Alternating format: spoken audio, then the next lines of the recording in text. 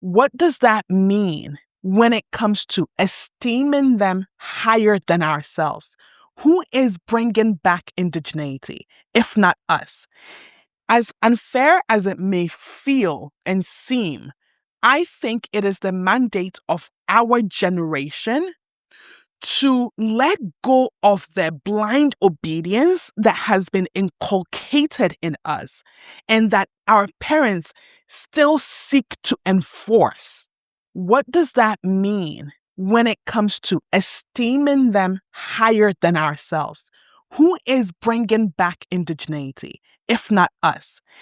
As unfair as it may feel and seem, I think it is the mandate of our generation to let go of the blind obedience that has been inculcated in us and that our parents still seek to enforce. Welcome to Rich Queer Aunties, the podcast where relational skills meets radical truth. We're your hosts, Christabel and Kachi, partners in life, in healing, and in calling things what they are.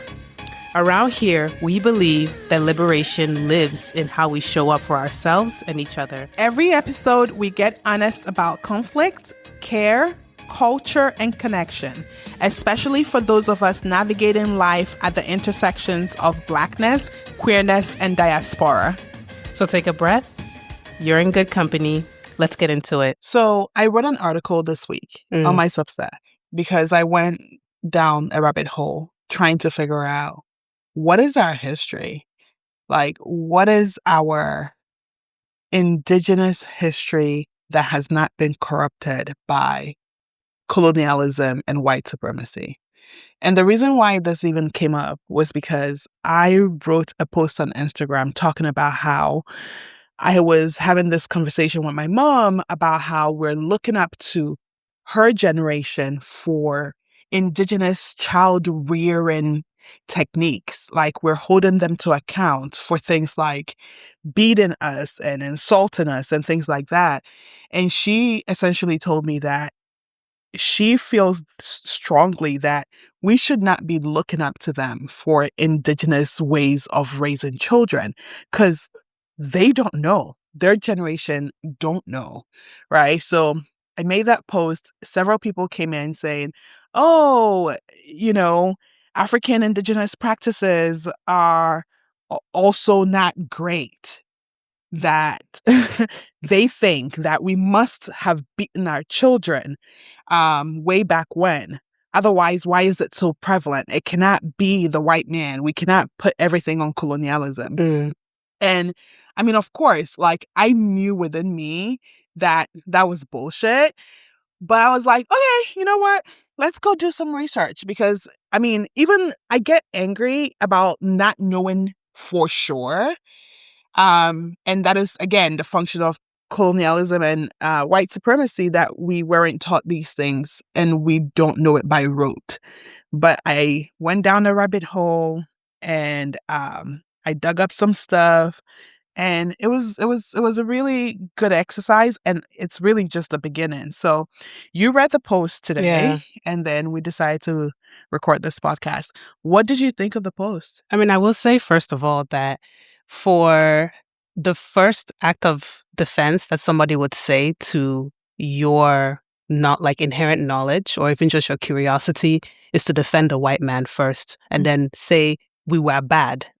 For the mere fact that that is the baseline of your own indigeneity, is that what you were doing was bad. So now your identity is subject to being corrected.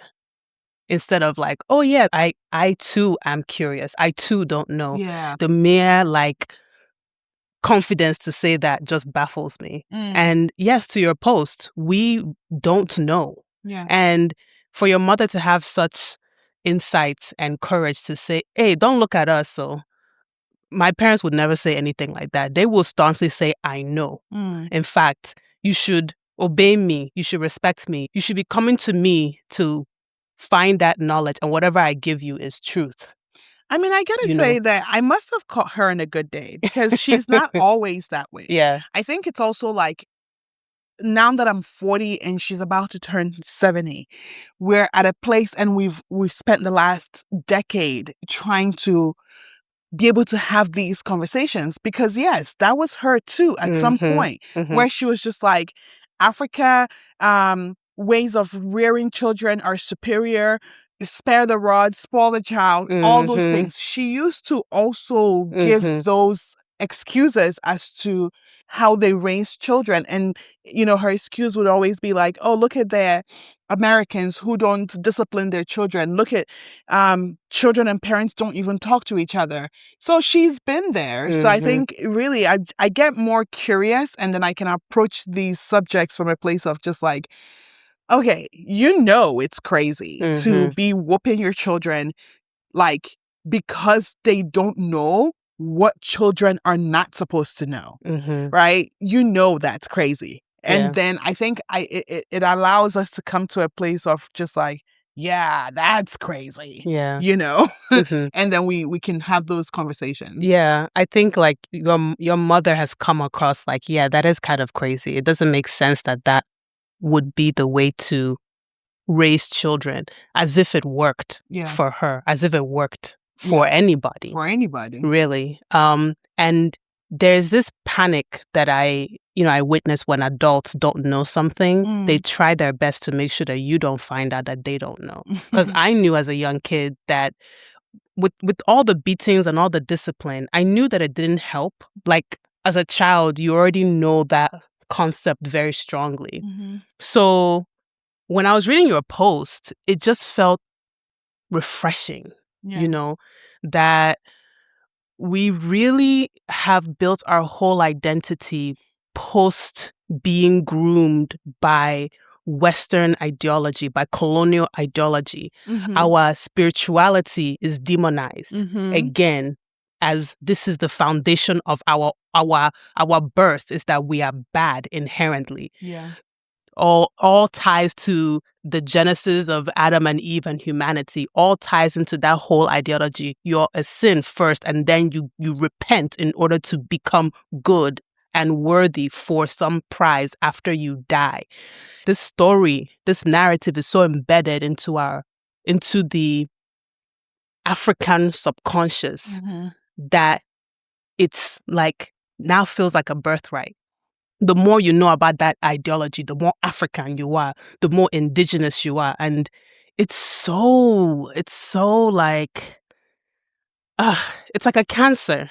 It's so deeply rooted. It feels like you're fighting a brick wall. It feels like you're coming against this unknown entity that was neither part of us, but without it, it's like the lack of not realizing yourself outside of that can be destabilizing. So when you have children and these children are confronting you about their own indigeneity and you can't even give them access to that, that's a lot. I wanted to pull up the article that I did write. And let's go back. Let's look at this timeline, because I think what I want to do in any of these discourses is that to be clear that we have a common enemy, and that enemy is colonialism, it's white supremacy, it's the Western world, right? It's not our parents, it's not their parents, it's not us. Like, when it comes, do we all have some level of culpability as far as like we're responsible to teaching ourselves the things we don't know? Yes. And there is the matter of resources. There's the matter of time. There's the matter of education. There's the matter of poverty. There's the matter of just like surviving, right? And I think objectively we can say that when we look back, we have more free time, more resources, more education, more access than our parents did. Absolutely. So I guess like going into my 40s or being in my 40s now, I am just curious about what people are going to say 100 years from now about our generation, about me as a future ancestor. What is my work? Like, what does that decoloniality looks like? Because decolonization is the bigger process of I forget who said this, but I'm going to include it in the caption. But decolonization is just like the bigger process of chasing the white man away. Yes. And decoloniality is removing the white man from inside us. Because I do think that carceral and punitive ways of navigating these conversations are, again, exemplification of white supremacy. So I want this episode to be partly educational, partly dialogue. So we're going to start with, what is the timeline? How far ago is that? How far back? How far back have we had access to indigenous practices? Before you read the article, how many generations would you have guessed? My grandmother's grandmother. Okay. Mm-hmm. That's very generous. I was looking literally back at just my great-grandparents. Okay. Like my grandmother's mother. Yes. I would have thought that they retained some level of indigenous practices, indigenous child rearing practices, indigenous queer identity, gender identity. But it is so much further. And it is so far back, it is actually unimaginable. White people have been in touch with Africa, at least Igbo land, since the 1500s, during the transatlantic slave trade, right? They were there 1500s through the early 1800s. So that's 300 years of people being kidnapped, killed, and shipped across an ocean. And this was before formal colonization even began. And formal colonization began in the 1870s because the British arrived in significant numbers in Igbo land in 1870s. And then the formal colonization followed the Berlin Conference in 1884, ranging from 1889 to 1914. Nigeria was named and made a unified colony in 1914. So do you see, like, from the 1500s to the 1800s was the transatlantic slave trade. From the 1870s to 1914, you had, formal colonization. And then you have Nigeria not having achieved independence until 1960 something, right? So literally 500 years is how long ago. That's 5 generations. We're going back 5 generations of people who were untouched, unmarred, uncorrupted by Western civilization. Okay. That brings some real context to this conversation. Yeah. And so my mom grew up in Nigeria during the Biafran War in 1960s. Same with my parents. Right? Too. Yeah. Her father went to British school. He learned English. He had dealings with the British. He admired British architecture so much that he built the first story building in their hometown. And, the remains of it today is a heritage site. So my mom was telling me that her father prohibited them from doing anything involving African indigenous spirituality or denane. Like any Igbo spiritual practices, my mom's father and her mother, my grandparents, would warn them children away from the people who were still practicing to some extent in the village. Because yes, there were people who kept practicing. There were people who were just like, we're going to hold on to our indigenous practices. And they did all the way till now. But they were ostracized. They were called bush. They were called demonic. They were just like made the outcasts in the village. So now, okay, so we're thinking, if we're talking about specifically about child rearing, right? And we're saying, where did whipping, where did beating come from? How far ago was it? How long ago was it? Has it always been that way? And that's when I realized and I discovered that the British had institutionalized the beating of children in boarding schools, sanctioned by the missionaries. I mean, by the church. That is how they maintained order over children.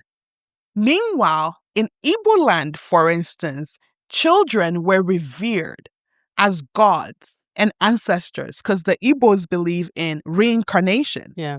So the premise is that how dare you touch a sacred being who came back from the land of the gods, from the land of the spirits? Then the missionaries came, the slave traders came and introduced these harsh and barbaric ways that they were already practicing in their own land. This is how they were treating their children in their own land. And so they came and they essentially, because children were not revered in the West, they thought that Africans were not to be revered either. They started beating Africans like they were beating the children. And literally, that is how it became adopted into the culture over 500 years.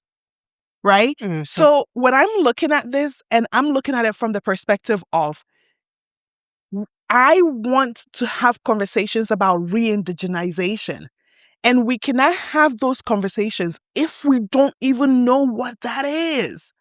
If we're still thinking that, our ancestors must have beaten children. We just take it as, like you said, like that's just, that must be what it is. Yeah.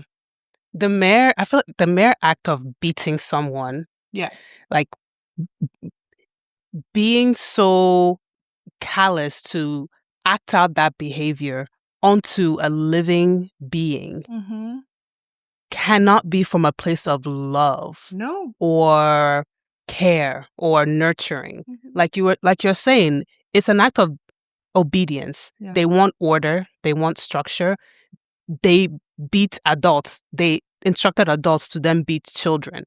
And they then wanted to break they people. essentially break somebody's spirit is to beat them to the point where they will be crying for you to stop or for mercy to stop it from happening, to still live, to survive. And whatever it would take to not get beat is probably what they would be aligning themselves to stay in order, to be away from the whip. And to hear that they, the British institutionalized corporal punishment in secondary school, it reminded me of the kind of punishment I received mostly at the hands of teachers in school.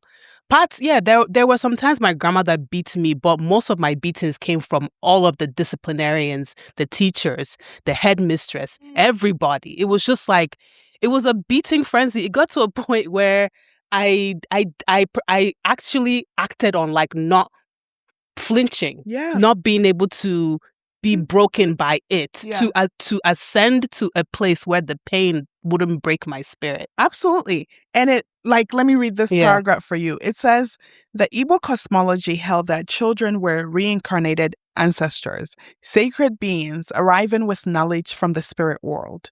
Their first hairs and nail clippings were treated as spiritual objects, buried with ceremony. Their naming, which happened 28 days after birth, was the most elaborate and religiously significant ritual in Igbo life.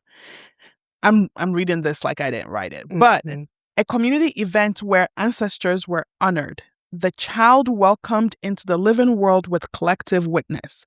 Some communities believe that if you struck a child harshly, you could scare their soul back to the spirit world. You could lose them that way. And it continues to say the British model of child rearing installed through those schools from the 1870s onwards was built on the premise that children were unruly by nature and required correction. That premise came directly from a strand of Protestant Christianity that understood the child as inherently sinful, requiring discipline to become acceptable. The cane was not incidental to that model. It was theological. Britain did not remove corporal punishment from its own state schools until 1986. What it exported to its colonies before that was the model it was still running at home. And it's still being institutionalized today. Still. They officially banned it in 1986, but I just want to pause to say the contrast between those beliefs around children, it should make us shudder.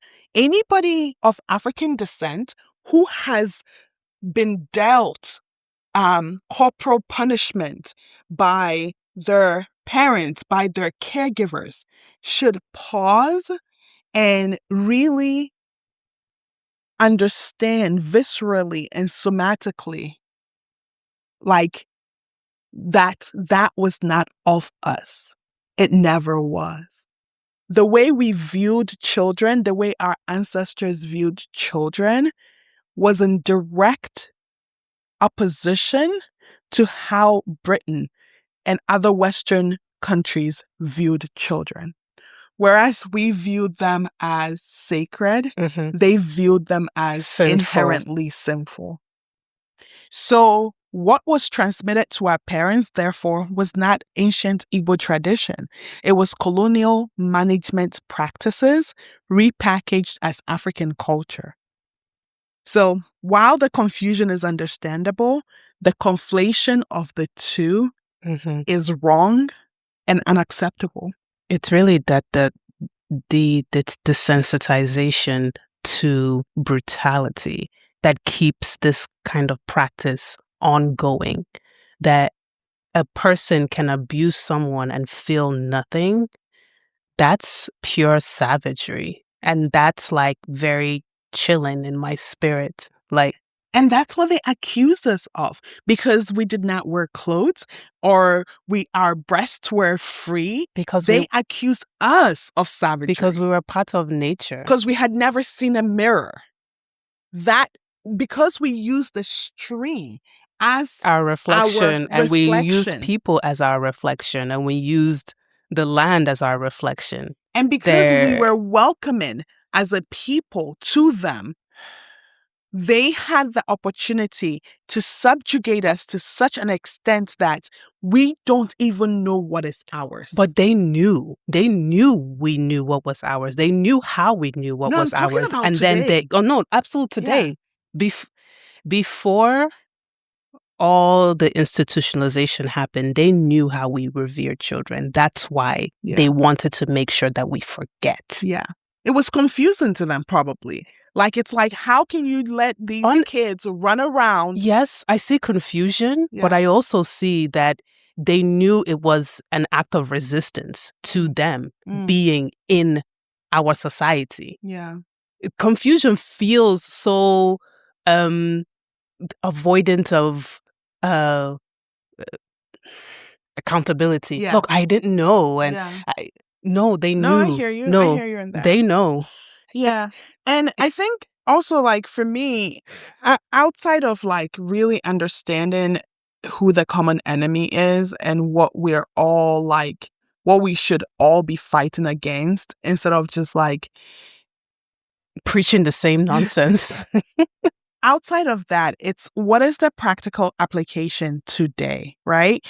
if we're in a space where we're just saying, okay, our parents, which is just like a generation ago, 60 years ago, 70 years ago, should have known better. And we're seeing that, okay, there are 500 years, at least 400 years removed from knowing better. Yeah. What does that mean when it comes to esteeming them higher than ourselves? Who is bringing back indigeneity, if not us? As unfair as it may feel and seem, I think it is the mandate of our generation to let go of the blind obedience that has been inculcated in us and that our parents still seek to enforce. We have to repudiate that. We have to let go of that. We have to say, my dear, whatever version of it is not our culture, it is not our culture not to beat children, whatever version of that you're spewing is corrupted to such an extent that it is physically like disgusting. So you cannot tell me what is African culture when you're still scared of your ancestral gods. You cannot tell me what is African culture when I try to speak to you about reincarnation, which was believed and like revered for millennia prior to the 1500s, and you're just so scared. You cannot tell me African culture if all you have to say is Jesus this, Jesus that. You don't have a leg to stand on. And taking the stance in our lives as the new adult, as the future ancestors, the reason why it feels so important is that so we can actually get to work. So we can actually get to work unlearning. Yeah. So that we are not hiding in the closet because we feel like being queer is not African. Do you see what I'm saying? Yeah. So we can take back the reins from our colonial masters because we have a level of freedom that we have not had in 500 years. Today, we're not dependent on our parents financially. We have access to resources. You know what? While they didn't let us record our own history, they recorded it. Mm-hmm. They recorded it. There's books there written. As much as it's probably imbued by their own bias, not probably, as much as it's imbued by their own bias, it's still something. It's still something we can look back at and say, okay, this is what gender looked like in our society. This is how gender expression or just expression looked like in our society. Was it even there? Was there gender? Was gender a thing? Was it not? This is what queerness looked like. This is how children were treated. So then it informs how we treat our children. Yeah. If we have them. The whole colonial hierarchical collectivism that we practice, where the men are the top, the elders are the top, the women are below that, the children are at the bottom, the disabled, the queer, the seers, the DBS, all of them are just basically the artists are basically erased. That was not the way it was. It was a circular organization. It wasn't a hierarchical one. Yeah. When we talk about matriarchy, that's what we talk about, where the needs of the children and the elderly and the whole community and everybody are prioritized. So I feel so passionately about this work that is our mandate by our ancestors prior to the 1500s, who and really shout out to even those after that who did everything in their power to hold on to, this sacred wisdom. Yeah. And so what is the work we're doing to actually seek it after we've gone to these their universities and gotten all these their degrees and all their accolades, when was the last time you went to your village? When was the last time you went and asked after the gods? And as I ask you this, I ask myself this. What is keeping us? Because it sure can't be the white man's Jesus. It sure can't be. We cannot be so attached to homophobia and toxic patriarchy and femicide and all this stuff that we won't go seek how to make amends and make things right again. What are you thinking? I'm speechless. Yeah? Truly. Like, I want to encourage people to invest more in learning about African art, African knowledge, African history, their own history, their own lineage, their own name, even just to start there. If you are someone that is carrying a family name that is not English, try to investigate what is the lineage of this name, the meaning, how was it passed down through your family members. Ask the family members now. Start, get them to scratch their memory and start giving you the answers that you want. It may sound like it's just coming out of nowhere, but just the mere act of breaking or disrupting this, let's just be good Africans, let's just be good civilized colonized people. That conversation needs to shake up a little bit. And doing your own personal investigation, because there's so much knowledge out there about your heritage, your history in all the books, whether it's in libraries or online. Start doing that personal investigation and excavate yourself. And like my special interest and hyperfixation, I would say, and my specialty and expertise is relational skills. And that's even what got me started. And I think people enter this work from many different interests. Yeah.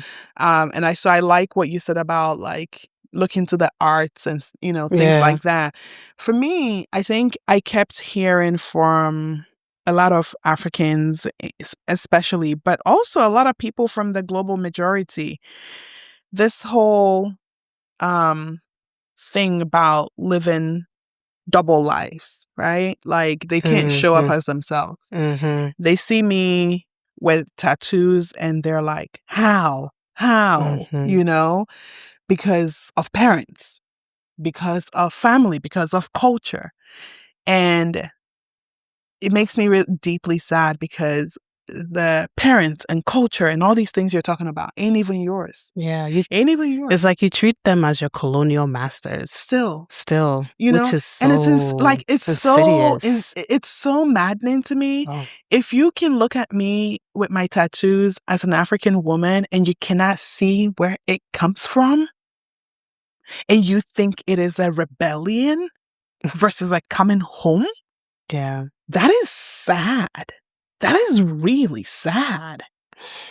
Because all you have to do is look at there are some pockets of African tribes and indigenous tribes all around the world depicted in books, but also still existing. The Maasai and so many others. You see the body modification. You see that stretching your earlobe is not a new alt Western practice. You see that scarification and body art and tattooing is not something you should be so shocked to see on an African body. So things like that, right? So then, people would maybe in beginning of their journey, they'll get that one little tattoo and then they hide it from their parents. And literally, the purpose of this conversation for me is to tell you that you hiding your tattoo from your parents who are African or of the global majority is in service of whiteness, which is the whole thing. Like, de-pedestalize your parents. depedestalize them. You need to be able to go in there and show up as yourself. It's not respectful to show up only as the white person said you can show up. Mm-hmm. That's not respect. That is soul death. I don't even use words like that, but that's what it feels like. Yeah. Like you're killing your own spirit over and over again beyond that your ancestors that were tossed into the oceans and beaten and hung on trees so that they do not look like that. Right? And because that's how people are still showing up in their relationships. That's how you're still showing up in your relationships. You're performing whiteness. When you police each other, when you police the people you're in relationship with, just like you were policed by your parents, like they were policed by theirs and theirs and theirs 500 years back. You're replicating the same master's tool, like you're just continuing their work for them. And I want you to stop. I want you to show up true. And if you don't know what truth feels or looks like, go do some excavation. Go do some study. It is incumbent upon you to do that work. Stop being fucking like spoon-fed. Coddled. It's pissing me and my homies off. Me and my homegirls don't like it. You deserve better of yourself. They have taken enough from us. So, listen, I don't even talk to you like this, but I'm just letting you know that's how serious it is. I need you to go learn the last time, like, an ancestor of yours got a tattoo. Figure out what that marking is. Mm-hmm. Go look at it. Go study it. Mm-hmm. What does it bring up for you in your body? Ain't nobody telling you to go get tattoos if you don't want it, but at least don't be scared of it. Dare to look at it. Yeah. That's like the weapon that's used to keep you in line, is to be afraid of your own self and your own mind. Because of Jesus Christ. And your own identity. In case they catch you and beat you and burn you. And all that is a fantasy that we have built in our head to keep protecting ourselves from ourselves. It might have happened. Our feelings. Yes. There is a somatic element to it. And there's a whole body. All that. It's remembering and just still being scared. Yeah. But wake it up. Feel through it. Feel through it multiple times so that it doesn't panic you when you see it again and again and again. But it's the keeping that blind eye away from your own identity that is bringing up this mess and disconnection from self and from other people and this performativeness of self. And it's them people who are homophobic, who are over here talking mad shit about other people who want to be themselves and express themselves. Meanwhile, they've suppressed themselves. Has been a part of our... Before it was even labeled queerness. It was fluidity. Because nature doesn't multiply itself the same way every time. There will always be comma. There will always be diversity. It's natural. Maybe it is it comma or is it just... it's not straight. Yeah. Nature is queer as fuck. So it sounds like we have more things to talk about. We have so much more to go as we read and as we research, as we come back into that knowledge and as we live that knowledge. I can't wait to have the next couple of episodes approach gender, queerness. Yeah. Maybe we can go into child rearing some more. Consider this the first part of many conversations on what does it look like to re-indigenize ourselves. Yeah. And individuate and differentiate from our parents. Yeah. And learn how to be disobedient. Yeah. And then learn how to integrate. Yes. As your full self. Yes. Thanks for listening to Rich Queer Aunties. If this moved something in you, share it with someone you love. And don't forget to subscribe, leave a review, or slide into our DMs with your reflections. You can find us on Instagram and everywhere on social media. Rich Queer Aunties, Christabel Minta Galloway, King Kachi. Thank you for being with us.